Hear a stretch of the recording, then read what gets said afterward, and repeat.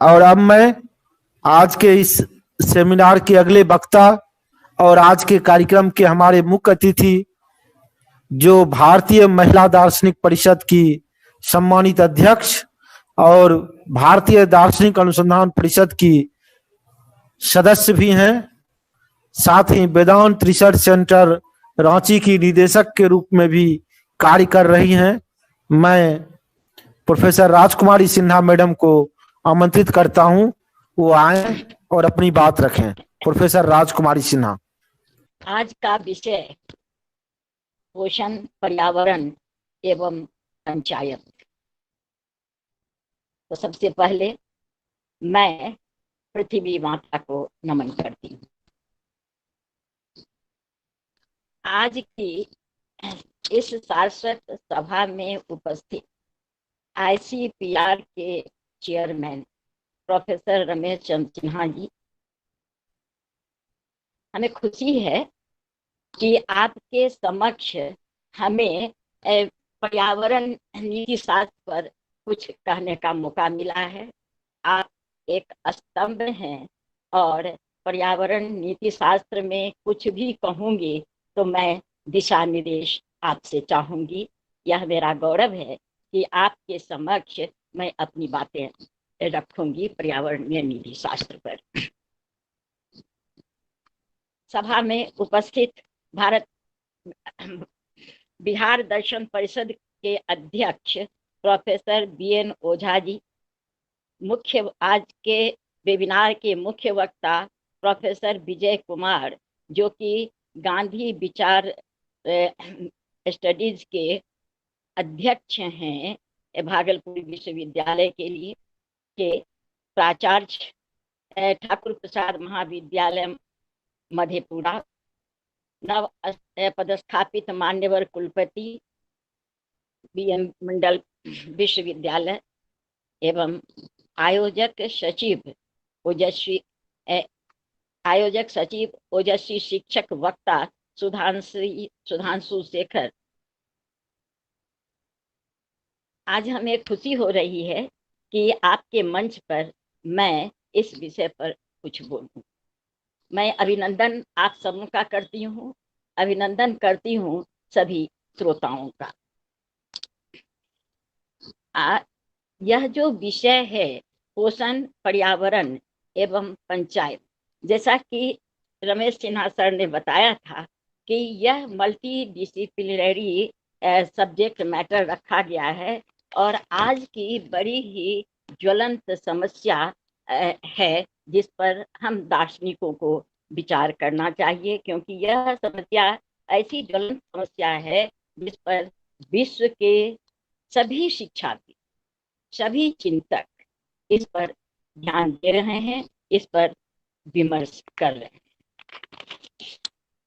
हमारे शास्त्रों में पहले यह जो विषय है सर, पोषण, पर्यावरण एवं पंचायत, हमें लगता है कि पर्यावरणीय जो समस्या है और पर्यावरणीय समस्याओं के जो समाधान की दिशा में हम विमर्श करेंगे तो ऐसा लगता है कि बीच का तत्व पर्यावरण पोषण को भी जोड़े हुए है और पंचायत को भी यह दिशा निर्देश देता है। हमारे हम जरा चलें भारतीय संस्कृति की ओर। सबसे पहले जहाँ कहा गया है माता भूमि पुत्रो अहम पृथिव्याम,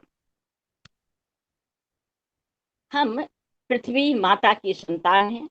पृथ्वी के अनेक रूप, अनेक नाम दिए गए हैं और हर नामों की विवेचना का अपना महत्व है। निश्चित तौर पर जब माँ है तो वह हम जागतिक प्राणियों की रक्षा करेंगी, लेकिन जब हम बच्चे उच्छृंखल हो जाते हैं तब माँ कान भी पकड़ती है। उसको वह क्षमता है कि वह अधिकार है कि वह हमें कान पकड़कर एक दिशा निर्देश दे। हमने आज के वैज्ञानिक युग में बहुत सारी उपलब्धियां कर ली हैं और वैज्ञानिक उपलब्धियों पर हम इतराने लगे। हम यह नहीं सोच रहे हैं कि हमने विकास के जो नए नए क्षितिज गढ़े हैं उसमें क्या विनाश की पृष्ठभूमि हमने नहीं रची है? उत्तर होगा कि अवश्य ही। एक ओर अगर हम वैज्ञानिक विकास कर रहे हैं और तो दूसरी ओर हम प्रकृति का दोहन भी इस रूप में कर रहे हैं कि अब स्थिति बहुत ही कठिन हो गई है, कठिन एवं चुनौतीपूर्ण हो गई है। आज पारिस्थितिकी की समस्या जटिल, चुनौतीपूर्ण एवं मनुष्य को व्यग्र कर देने वाली है, क्योंकि आज प्रकृति के साथ समाज की अंतरक्रिया इतनी व्यापक हो गई है कि उससे मानव जाति प्रभावित हुए बिना नहीं रह सकता। आज जैव मंडल पर मनुष्य के अनवरत और एक तरफा और नियंत्रित दोहन से हमारी सभ्यता एक ऐसी सभ्यता में तब्दील हो गई है जहां पर विनाश का खतरा सभी को सामने दिखाई पड़ रहा है। हम आज प्रकृति के सामने हम देख रहे हैं, सब लोग परिचित हैं कि प्रकृति ने, अगर हमने प्रकृति का दोहन किया है विकास के नाम पर, तो प्रकृति जो चुनौतियां हमारे सामने रख रही हैं, तो हम मानव के समक्ष ततः किंग ततः किंग ततः किंग की स्थिति हो गई है। लेकिन हम मानव चूंकि चिंतनशील प्राणी हैं, इसलिए हम इतना इस बिंदु पर आके रुक नहीं सकते हैं। हमें विचार करना होगा, हमें चिंतन करना होगा, हमें विमर्श करना होगा। अतः दार्शनिकों, वैज्ञानिकों, अर्थशास्त्रियों, समाजशास्त्रियों सबों की चिंता इस विषय पर है और इस विषय पर गहन चिंतन, मनन और उससे उपजे जो तथ्य उभरेंगे उस पर अनुशीलन करने की आवश्यकता है। अभी रमेश सिन्हा सर ने जैसा कहा था कि यह पर्यावरण पर है, पर्यावरणीय नीति शास्त्र को उन्होंने बहुत अच्छे ढंग से ये व्याख्यायित किया था कि यह ह्यूमन सेंट्रिक है और कॉस्मोस सेंट्रिक है। निश्चित रूप से आज हम उस पर चिंतन कर रहे हैं। मैं जहां तक समझती हूँ कि पोषण, पर्यावरण एवं पंचायत विषय निश्चित रूप से शायद आयोजकों के दिमाग में होगा कि कैसे हम सस्टेनेबल डेवलपमेंट की बात कर सकते हैं, उस पर विचार कर सकते हैं। क्योंकि यह जहां पर मैं भी सर का अनुसरण करते हुए मैं भी अपने विचारों को केंद्रित करूंगी पर्यावरण पर, लेकिन यह विषय मेरे दृष्टिकोण से संपूर्ण विकास पर आधारित विषय है। आज विश्व के सभी वैज्ञानिक, पर्यावरणविद एवं सभी समाज सुधारकों की चिंता इस ओर है कि वैज्ञानिक प्रगति के कारण मानव प्रकृति पर जो अधिकार मनुष्य ने कर लिया है प्रकृति पर, वह और विकास के नाम पर हम प्रकृति का जो विनाश कर रहे हैं, उस विकास से पर्यावरण पर प्रभाव पड़ता है। किंतु इसका यह अर्थ कदापि नहीं है कि विकास को रोक दिया जाए। आवश्यकता इस बात की है कि विकास को सही दिशा दी जाए, उसे मानव के लिए उपयोगी बनाया जाए तथा उसका पर्यावरण पर कोई बुरा प्रभाव ना पड़े। यह सोच हमारे सामने रखना बहुत ही आवश्यक है।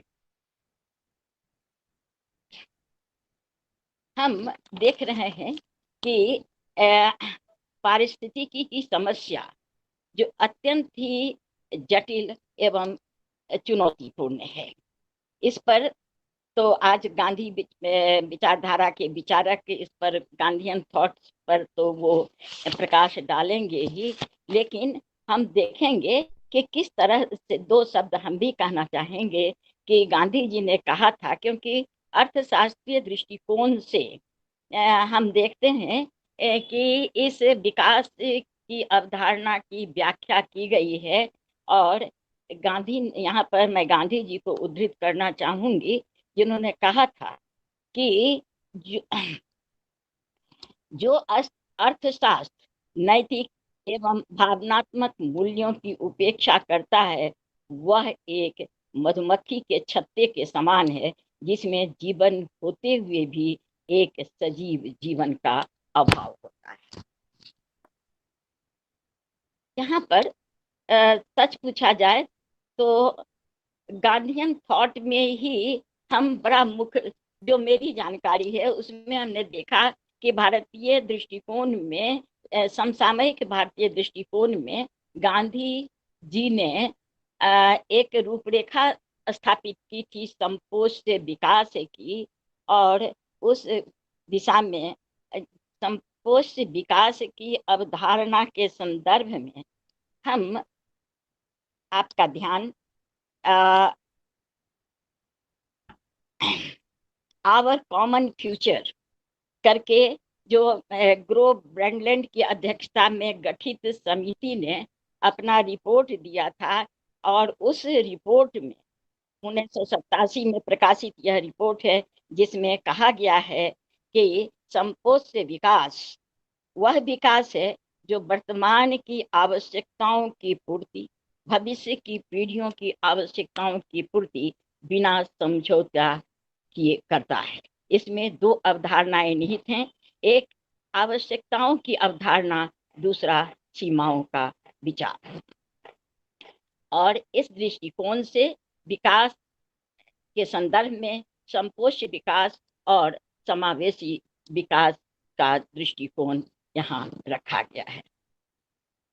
समावेशी विकास विकास का वह रूप है जिसमें आर्थिक विकास की जिस प्रक्रिया से समाज के सभी वर्गों के जीवन स्तर ऊंचा होता जाए, समाज का कोई भी वर्ग विकास के लाभ से वंचित न रहे, अर्थात विकास का लाभ समाज के सबसे निचले पायदान पर रहने वाले लोगों को भी मिल जाए, तो वही हमारा समावेशी विकास है।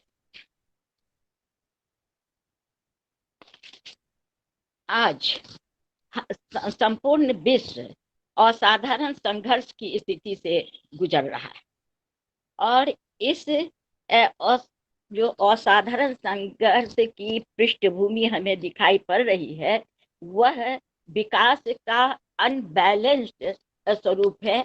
हम उसमें देख रहे हैं, एक ओर अमीर अमीर होता जा रहा है, गरीब गरीब होता जा रहा है, या देशों के संदर्भ में भी ये बातें सही हैं।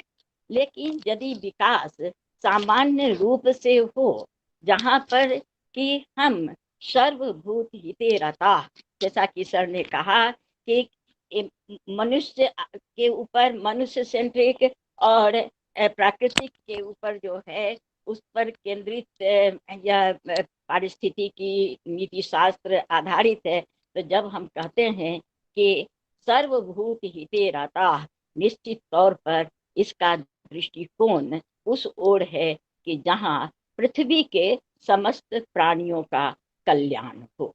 यहाँ पर कोई भी ऐसा कार्यकलाप हमें नहीं करना चाहिए जिससे कि विध्वंसकारी शक्तियां, विभाजक रेखा जो समाज में खींचती हैं, उनको बल मिले।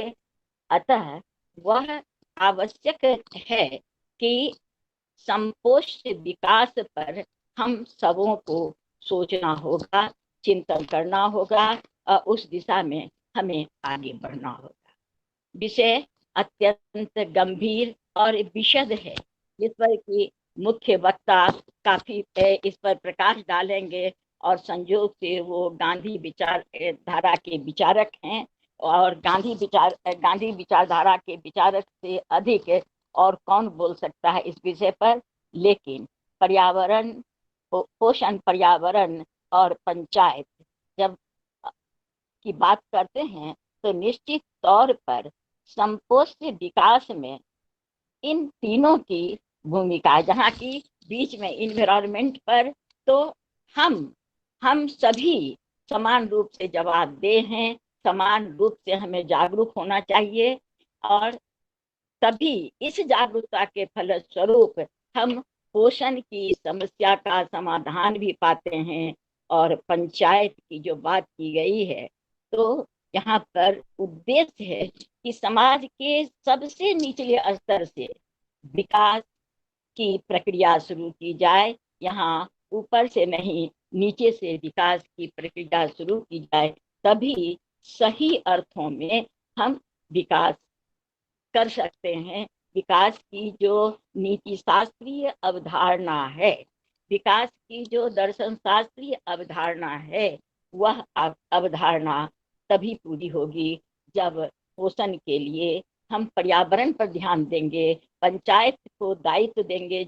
निश्चित तौर पर ऐसा बोध होता है कि उन्होंने, आयोजक सचिव ने पंचायत के सशक्तिकरण पर भी विचार जानना चाहा है। अन्य वक्ता शायद उस पर भी देंगे, लेकिन निश्चित तौर पर से संपोष्ट विकास से आधारित यह टॉपिक है। और इस टॉपिक में जहाँ प्रकृति के दोहन पर हमें अपना नियंत्रण रखना होगा और यह देखना होगा कि किस प्रकार इस दोहन को, दोहन तो करना है, या नहीं कह सकते हैं कि प्रकृति का दोहन, जब विकास की बातें होती हैं तो प्राकृतिक दोहन तो होता है, लेकिन वहां पर यह ध्यान रखना अपेक्षित है, आज अनिवार्य है कि हम कैसे एक सामंजस्य कर सकते हैं, कैसे हम अपने जो पारिस्थितिकी है उसकी हम रक्षा कर सकते हैं। साथियों, हमारे फिर हम चलते हैं पुनः, क्योंकि कहीं न कहीं हमें वहीं जाना होगा अपने मूल पर, जहाँ कहा जाता था हर समय क्या धारणा है। हम जितने उपांगों की बात करते हैं, वैदिक उपांगों की, तो वहां पर सचराचर भूतल जगत के शांति की प्रार्थना परमपिता से की गई है। वेदों में, उपनिषदों में चारों ओर हम देखते हैं कि केवल मनुष्य ही नहीं, वहाँ देव की शांति, सभी ग्रहों की शांति, सभी की शांति शांति शांति की बात की गई है। तो यह जो शांति पाठ हम सुनते हैं, केवल यह सुनने के लिए नहीं है, अपितु समय आ गया है कि हम अपने स्तर से उस पर मनन करें, चिंतन करें और हम इसका अनुशीलन करें। क्योंकि जब हम यहाँ पूजा नदियों की करते थे, जब हम वृक्षों की पूजा करते थे, तो हमें पश्चिम के लोगों के द्वारा और भारत में तथाकथित शिक्षित, मैं तथाकथित शिक्षित कहती हूँ कि उन लोगों के द्वारा ऐसे लोग जो प्रकृति पूजक थे, उनका बड़ा ही मजाक उड़ाया जाता था। लेकिन आज क्या पश्चिम गाया सिद्धांत की बात नहीं कर रहा है? कर रहा है, करना ही होगा। हमें उस बिंदु पर पहुंचना ही होगा जहाँ की हम प्रकृति को अपनी माँ के रूप में सम्मानित करते हुए हम उतना ही भोजन ग्रहण करें कि परिवार का अन्य सदस्य भूखा न रहे। बहुत बड़ा नैतिक यह दृष्टिकोण है, और उस नैतिकता को हमें जरूर ही मानना होगा। जब हम नैतिक मूल्यों का अनुशीलन करेंगे, तो कहीं भी समाज में, देश में, विश्व में कहीं भी वह जो खिंचाव है, वह जो दूरी है, जो ईर्ष्या, द्वेष इत्यादि जो जिससे कि हिंसा और प्रतिहिंसा का दौर चलता है, वह नहीं चलेगा अगर हम सभी अपने अपने आचरणों में नैतिक होते हैं, नैतिक मूल्यों का हम समर्थन और अनुशीलन करते हैं। और वही अनुशीलन प्राकृतिक उपादानों के प्रति करते हैं, तब निश्चित रूप से हम एक सशक्त समाज, एक ऐसे विश्व की कल्पना कर सकते हैं जहाँ पर युद्ध और हिंसा और युद्ध का कोई जगह नहीं होगा। और तभी हम, और यह तभी हो सकता है जब हम अद्वेष्टा सर्वभूता नाम की भावधारा को अपनाएं, उसके अनुकूल हम अपना आचरण करें। साथियों, आज मैं अपनी ओर से और अन्य साथियों की ओर से प्रोफेसर रमेश चंद्र सिन्हा, जिन्हें हम सभी गुरुवत मानते हैं, जो एक सशक्त हस्ताक्षर हैं दार्शनिक जगत में, उन्होंने हम लोगों को बताया। मैं इतनी सीनियर टीचर हूँ, स्वीकार करते हुए मुझे शर्म नहीं आ रही है कि मैं बिहार की होते हुए भी बिहार दर्शन परिषद के संस्थापक का नाम नहीं जानी। सर, आपने बहुत अच्छी जानकारी हम लोगों को दी, इसके लिए हम अपनी ओर से और उपस्थित सभी लोगों के, शायद बिहार दर्शन परिषद के पदाधिकारीगण जानते होंगे, लेकिन जो नहीं जानते हैं, सबकी ओर से हम आपके प्रति कृतज्ञता ज्ञापित करते हैं। और उस महान शिक्षक, जिन्होंने एक दर्शन की, बिहार में दर्शन की रूपरेखा, दार्शनिक गतिविधियों के विकास की रूपरेखा स्थापित की, हम उनको नमन करते हैं। सर, आप भी एक ऐसे हस्ताक्षर हैं बिहार में, जिन्होंने स्टडी सर्कल को जन्म देकर बिहार के हम लोगों के बीच दार्शनिक सोच, दार्शनिक गवेषणा को बल दिया, दिशा दिया, मार्गदर्शन की दिया है। हम सभी आपके प्रति आपके हम ऋणी हैं, और हम चाहेंगे कि आपका मार्गदर्शन इसी तरह हम लोगों को मिलता रहे। बिहार की धरा से, जहाँ के बुद्ध और महावीर हुए थे, फिर आप जैसे शिक्षकों के मार्गदर्शन में, आपके जैसे नीति शास्त्रज्ञों के मार्गदर्शन में बिहार का युवा वर्ग से हमें गांधी और महावीर मिले, हमें मिले, जो न्याय दर्शन की स्थापना, जहाँ की धरा पर दर्शन अपने अंग अंग में, जीवन के प्रत्येक स्थितियों में दर्शन रचा बसा है। हम भूल गए थे, हमारे ऊपर जो आवरण पड़ गया था, उस आवरण को आप जैसे शिक्षक झाड़ने का काम कर रहे हैं, उसे साफ करने का काम कर रहे हैं, उस आवरण को हटा रहे हैं।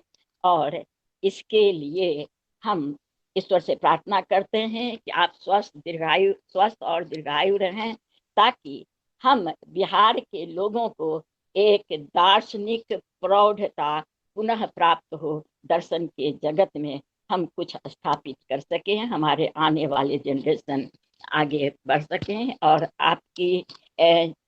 जो आपका जो दिशा निर्देश, आपका जो प्रेम बिहार के दार्शनिकों के है, तो पूरे भारत के, लेकिन हम बिहार के लोगों को, यंगस्टर्स को जो आप बढ़ा रहे हैं, वह निश्चित रूप से वंदनीय है।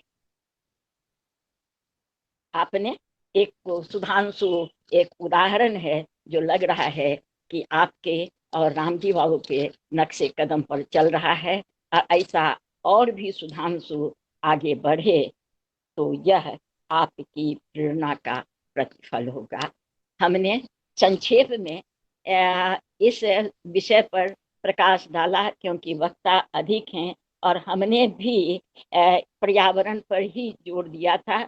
और पता नहीं मैं किस हद तक कुछ बोल पाई हूँ, इसका मूल्यांकन तो आपके हाथों है। हम सबों को पुनः वंदन, अभिनंदन करते हुए हम अपनी वाणी को विराम देते हैं। धन्यवाद।